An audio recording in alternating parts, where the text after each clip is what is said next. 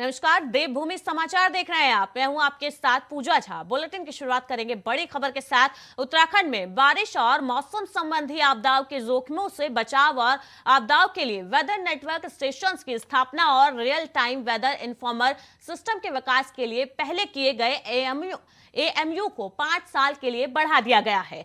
ये एमओयू उत्तराखंड राज्य आपदा प्रबंधन प्राधिकरण और मौसम विज्ञान केंद्र के बीच सचिवालय में किया गया है।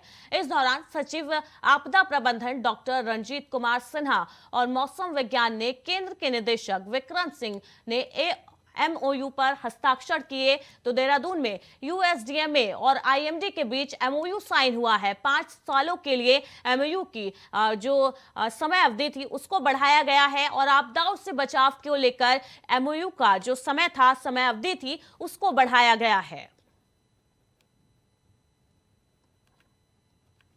इस मौके पर सचिव आपदा एक पार्टनरशिप है आईएमडी और स्टेट गवर्नमेंट के बीच में।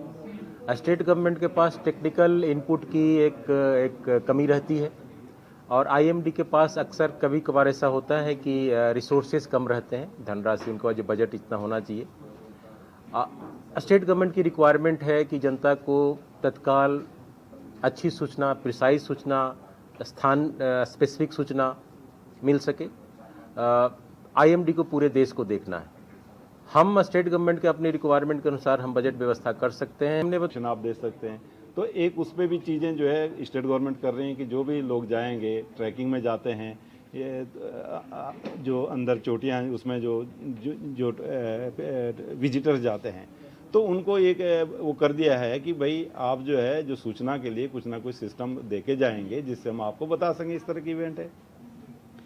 तो उसमें तो कोई वो नहीं है इशू। मतलब उस चीज़ को मैं कहूँगा कि जो लार्जर स्केल सिस्टम है उसमें बहुत अच्छा प्रिडिक्शन है, वेल इन टाइम उसकी इन्फॉर्मेशन दी जाती है। जनाब वहीं बाजपुर में विश्व हिंदू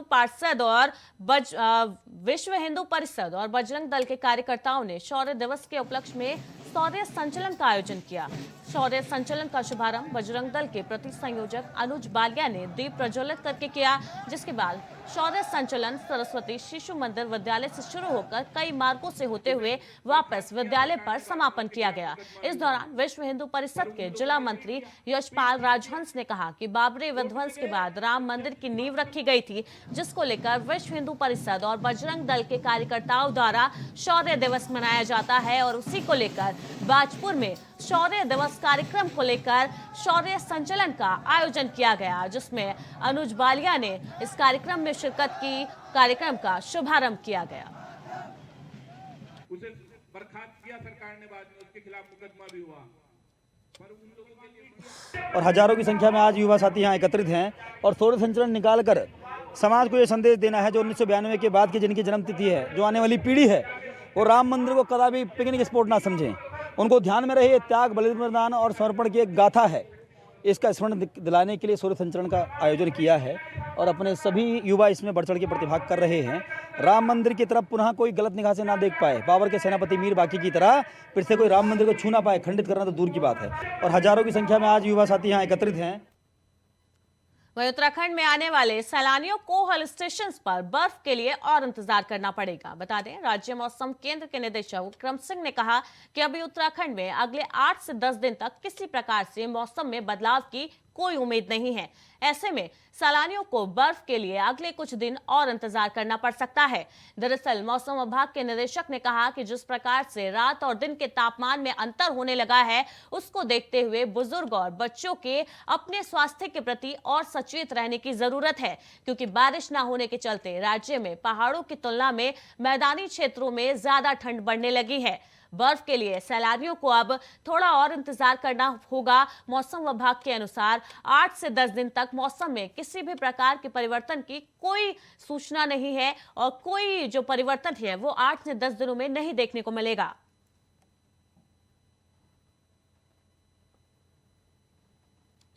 वो देख सकते हैं दूर तक जो हिमालय की पीक्स दिख रही है सामने जो है।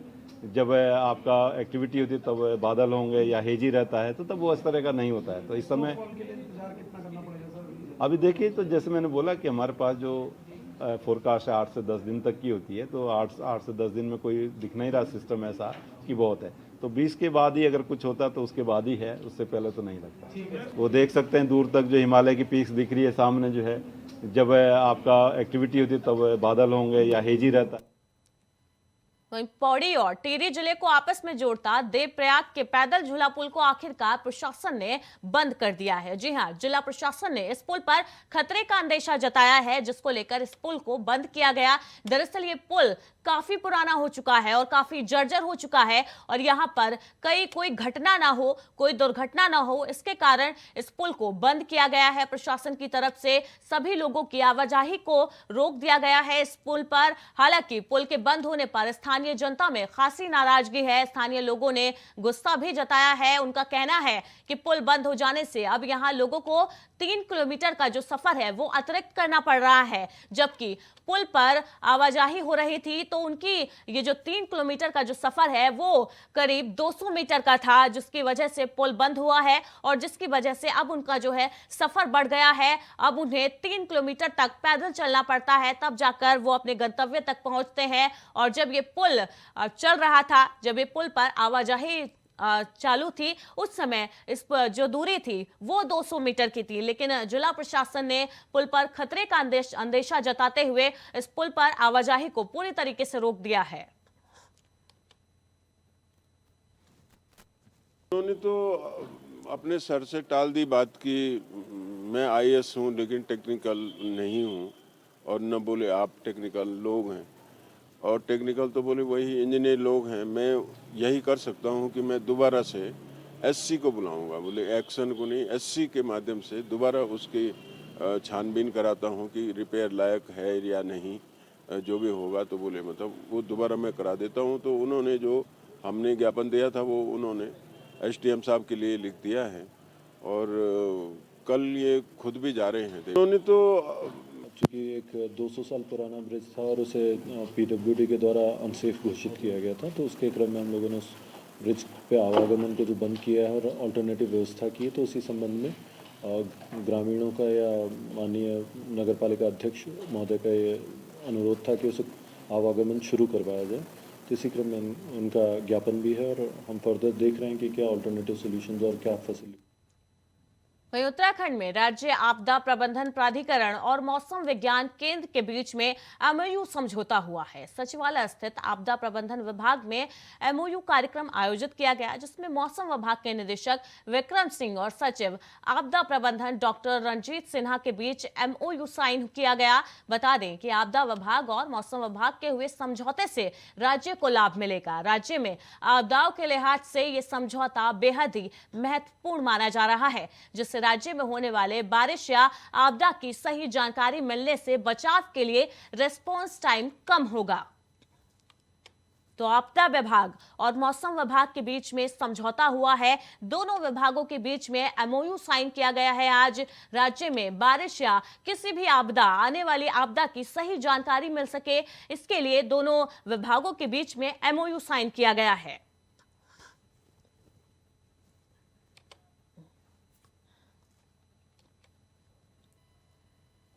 देश के प्रधानमंत्री के आदर्शों पर चलने वाले उत्तराखंड के मुख्यमंत्री पुष्कर सिंह धामी के गृह जनपद में ही अधिकारियों ने एक तहसील को कूड़ेदान में तब्दील कर दिया। जसपुर मुख्य सड़क पर ही कूड़े के अंबार देखने को मिल रहे हैं, लेकिन देश के प्रधानमंत्री के स्वच्छता अभियान से इन अधिकारियों को कोई भी फर्क नहीं पड़ता दिखाई दे रहा है। न ही इस कूड़े की वजह से लोगों को बीमारियां हो रही हैं या बीमारी की परेशानी सामने आ रही है। दरअसल नगर निगम के अधिकारी इतने लापरवाह हो गए हैं कि समय समय पर लोगों द्वारा इस कूड़े की समस्या को लेकर शिकायतें की गई, लेकिन शिकायतों के बाद भी अधिकारियों ने कोई संज्ञान नहीं लिया। अधिकारियों के कानों पर जूं तक नहीं रेंगी और नगर पालिका के अधिकारियों की लापरवाही के चलते मुख्यमंत्री के गृह जनपद पर ही कूड़े के अंबार का दाग लग चुका है। जी हां, यहां पर कूड़े का अंबार लगता हुआ देखा जा सकता है और निगम की बड़ी लापरवाही यहां पर देखने को मिल रही है। इस बात का कि एक लापरवाही का सबूत है कूड़े का ये अंबार। निगम की प्रदेश के मुखिया का इन अधिकारियों पर कितना कंट्रोल है वो यहाँ पर आप देख सकते हैं कि उनके ही गृह जनपद में कूड़े का अंबार लगा हुआ है और शिकायतों के बाद भी इस तरफ कोई ध्यान नहीं दिया गया। सफाई पर कोई विशेष ध्यान नहीं है। देख रहा हूँ 5 साल से शिकायत कर रहा हूँ, डंपी से शिकायत कर रही, जो इस मोहल्ले का वार्ड नंबर 10 का मेंबर है, और राशि से मैं कर चुका हूँ, जो इस टाइम चेयरमैन के बाहर से मार रखा जिन्होंने, उनसे भी शिकायत कर चुका हूँ। बोले कि इस महीने बन जाइए, उस महीने बन जाइए, आज तक नहीं बन पा रही है, कूड़ा ख़त्म नहीं हो रहा। कितनी गंदगी में हम लोग रह रहे हैं, बालक कहाँ जाएंगे, बीमार पड़ेंगे। नगर पालिका का ही है, जब आप टैक्स ले रही है, सब कुछ ले रही है, तो नगर पालिका तो करेगी इसे साफ सफाई। कभी कूड़ा सफा नहीं होता नालियों का, वैसे कितना गंदगी लगी पड़ी है कूड़ों की। पहले रास्ते पे सड़क पे कूड़ा डालने लगी थी नगर पालिका, बड़ी मुश्किल से जब लोगों ने विरोध किया तो एक हमारी ग्राम सभा है तालमपुर, फिर वहाँ व्यवस्था कराई गई। अब इन्होंने एक ज़मीन ली है, लेकिन ट्रेनिंग ग्राउंड नहीं बन पाया है, जो कि हर नगर पालिका में होना चाहिए। मैंने अभी आपको कहा है कि नगर पालिका को कर्मचारी हो, चाहे नगर पालिका के चेयरमैन हो, चाहे ईओ हो, जनता के जो सरोकार मतलब सुविधा की चीज़ें, उसमें जबकि सुविधा देने का काम नगर पालिका का है। जो पैसा सरकार से आता है वो इसीलिए आता है कि वो ऐसी जगह लगे जिससे जनता का हित सुरक्षित हो। लेकिन पहले रास्ते पे सड़क पे कूड़ा डालने लगी थी नगर पालिका, बड़ी मुश्किल से जब लोगों ने विरोध किया। वहीं जोशीमठ विकास खंड के जुगजू गुवाड़ गांव में बिना पुल के ग्रामीण ट्रॉली से आवाजाही करने को मजबूर हैं। बता दें आपको 7 फरवरी 2020 को आई रैनी भीषण आपदा में जुगजू गुवाड़ का जो पुल है वो बह गया था। 2 साल बीत जाने के बाद भी आज तक पुल का निर्माण नहीं हो पाया है, जिसकी वजह से ग्रामीण जो है वो ट्रॉली से आवाजाही करने को मजबूर हैं। 2 साल हो चुके हैं, लेकिन अब तक इस टूटे हुए पुल का निर्माण नहीं हुआ है, जिसके चलते ग्रामीणों को परेशानी उठानी पड़ रही है और ट्रॉली के जरिए वो आवाजाही करने को मजबूर है। ये जो पुल है ये भीषण आपदा में बह गया था। जुगजू गुवाड़ का जो पुल है ये जो भीषण आपदा आई थी उसमें बह गया था, लेकिन 2 साल हो गए हैं उस आपदा को आए, अब तक इस पुल का निर्माण नहीं हो पाया है, जिसकी वजह से ग्रामीणों को परेशानी उठानी पड़ रही है। उनको आवाजाही के लिए ट्रैक्टर ट्रॉली का इस्तेमाल करना पड़ रहा है।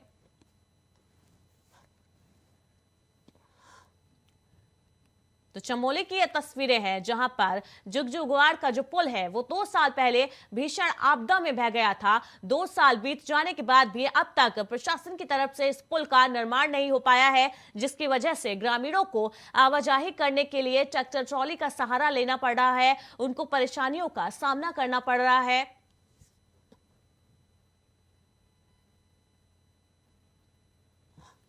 सारे लोग प्रभावित हैं उस पुल से, क्योंकि आपदा में वो पुल चला गया था। उसके बाद उत्तराखंड सरकार द्वारा एक टेम्परेरी पुल का निर्माण किया गया है और वो टेम्परेरी पुल इतना खतरनाक है कि उसमें खुद ही लिखा है कि इसकी कम क्षमता है, अधिक लोग नहीं जा सकते उस पुल में। और जैसे कि शादी बारात का समय भी था, लोगों का आना जाना भी था और पूजा पद्धति के लिए मंदिरों में भी लोगों का आना जाना है और ये किसी बड़ी घटना को अंजाम देगा। मैं शासन प्रशासन से निवेदन करूंगा कि इस पुल पर यथाशीघ्र परमानेंट कार्य हो और वहाँ जो होने वाले जो खतरे हैं उन वहीं हरिद्वार धर्मनगरी के लक्सर में स्थित रुद्र महादेव शिव मंदिर में रहने वाले फूलगिरी महाराज इस दिसंबर के महीने की कड़ाके की सर्दी में जलधारा तपस्या कर रहे हैं, जिसमें वो शाम के समय मिट्टी के घड़ों में पानी भरकर सुबह 4 बजे घड़ों के ठंडे पानी से स्नान कर जलधारा तपस्या कर रहे हैं। उनकी ये तपस्या 41 दिनों तक चलेगी। तस्वीरें आप देख सकते हैं जिसकी उन्होंने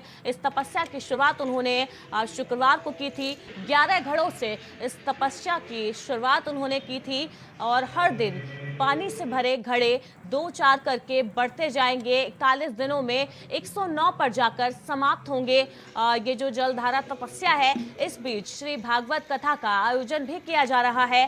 फूलगिरी महाराज की जलधारा तपस्या जो है वो जारी है। 41 दिनों तक ये अखंड तपस्या चलेगी। फूलगिरी महाराज की तस्वीरें आप देख सकते हैं जो सुबह 4 बजे से ठंडे पानी से स्नान करते हैं फूलगिरी महाराज जी। तस्वीरें आप देख सकते हैं। 41 दिनों तक उनकी ये अखंड तपस्या चलने वाली है और इस दौरान भागवत कथा का भी आयोजन किया जाएगा। हमारी ये तपस्या जो है जलधारा बोलते हैं, जलधारा की तपस्या है। हमारे पहले भी साधु ऋषि मुनि तपस्या साधना करते आए, आज भी ये चल रही है। सनातन धर्म का ये जो है तपस्या है। हमारे जो भोजन भंडार में हमारा कुछ नहीं है, हम सिर्फ चाय चिलम पीते हैं। चाय चिलम का ही हमारा भोजन है। 41 दिन की हमारी ये क्रिया चलेगी, जिसमें 11 घड़ों से शुरू किया है। कभी 5 घड़े बढ़ेंगे, कभी 7 घड़े बढ़ेंगे, कभी 2 घड़े बढ़ेंगे। खबर पौड़ी से है, जहां आज कोटद्वार पहुंची एसएसपी श्वेता चौबे ने महिला हेल्प डेस्क का उद्घाटन किया। इस दौरान एसएसपी पौड़ी ने कहा कि महिला हेल्प डेस्क की स्थापना से उन पीड़ित महिलाओं को अपनी बात कहने का अधिकार मिलेगा, जो पुरुषों के सामने अपनी व्यथा को सह नहीं पाती हैं, कह नहीं पाती हैं, उनको यहां पर मदद मिलेगी। उन्होंने बताया है महिला हेल्प डेस्क में महिला कांस्टेबल ही पीड़ित महिलाओं की समस्याओं को सुनकर उनका निराकरण कराएंगी। तो पौड़ी में महिला हेल्प डेस्क का उद्घाटन किया गया है। एसएसपी श्वेता चौबे ने इस महिला हेल्प डेस्क का उद्घाटन किया है। यहाँ पर महिला कांस्टेबल जो हैं वो महिलाओं की शिकायतें सुनेंगी, और जो महिलाएं हैं जो अपनी व्यथा किसी से कह नहीं पाती, वो यहाँ पर आकर जो महिला कांस्टेबल है उनसे अपनी परेशानियां शेयर कर सकती हैं, और वो मौके पर ही जल्द ही कोशिश रहेगी कि जल्द से जल्द जो समस्या है महिलाओं की उनका निराकरण कराया जाए। तो ये एक पहल की गई है महिला हेल्प डेस्क की। पौड़ी में आज जो एसएसपी हैं श्वेता चौबे, उन्होंने महिला हेल्प डेस्क का उद्घाटन किया है, और इससे जो महिलाएं हैं वहां की, इलाके की, क्षेत्र की, उनको मदद मिलेगी। इस दौरान देखिए, हमारे यहाँ जो पहला महिला हेल्प डेस्क कोटद्वार थाने में ऑपरेशनल था, वो थाने की बिल्डिंग से ही चल रहा था, पर चूंकि काफ़ी संख्या में महिलाओं का आवागमन अपनी समस्याओं को लेकर काफ़ी संख्या में लोगों का आगमन था, तो इस वजह से ये एक अलग हमने कमरा जो है वो उसमें बनाया है, जिसमें यही उम्मीद की जा रही है कि महिलाओं को एक सेपरेट बैठने की व्यवस्था उनको की गई है। तो महिलाएं जो अपनी समस्या लेकर आ रही हैं उनका अच्छे से उनकी सुनवाई हो जाए, उनका निराकरण हो जाए, मुख्य उद्देश्य ये। वहीं उत्तराखंड सरकार ने 26 दिसंबर को वीर बाल दिवस मनाने का फैसला किया है। वीर बाल दिवस सिखों के 10वें गुरु गोविंद सिंह के दोनों पुत्रों के बलिदान दिवस पर मनाया जाएगा। पूरा देश 10वें गुरु गोविंद सिंह के दोनों पुत्रों को वीर बाल दिवस के रूप में श्रद्धांजलि देगा। तो उत्तराखंड सरकार का बड़ा फैसला सामने आया है। उन्होंने बड़ा ऐलान किया है, 26 दिसंबर को वीर बाल दिवस मनाने का फैसला किया गया है। गुरु गोविंद जी के जो पुत्र थे उनके बलिदान को लेकर ये फैसला धामी सरकार की तरफ से किया गया है, और 26 दिसंबर को वीर बाल दिवस मनाने का ऐलान किया गया है। वहीं पौड़ी से बीजेपी विधायक राजकुमार पूरी सिंह ने मजारों के लिए सौंदर्यीकरण के लिए विधायक निधि से 2 लाख रुपए दिए थे, जिसके बाद अब ये मामला राजनीतिक तूल पकड़ता जा रहा है। कांग्रेस प्रदेश प्रवक्ता ने कहा कि जहां बीजेपी के नेता हिंदुत्व के नाम पर ज्ञान बांटते हैं, तो वहीं उनके विधायक मजारों के नाम पर विधायक निधि खर्च कर रहे हैं। कांग्रेस प्रदेश प्रवक्ता ने कहा कि बीजेपी के नेताओं को भी सामाजिक ताने बाने के बारे में समझ आने लगी है, और इसीलिए वो मजारों पर विधायक निधि से 2 लाख रुपए खर्च कर रहे हैं।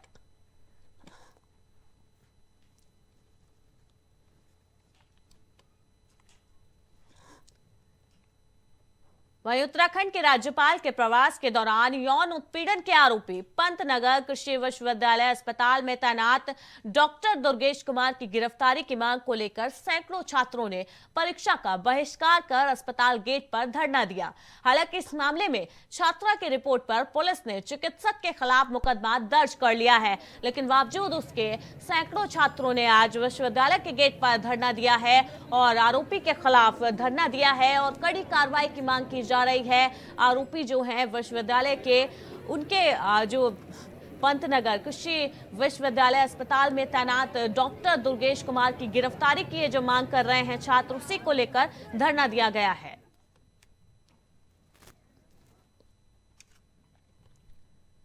खबरों में फिलहाल इतना ही। लगातार खबरों के लिए देखते रहिए इंडिया वॉइस।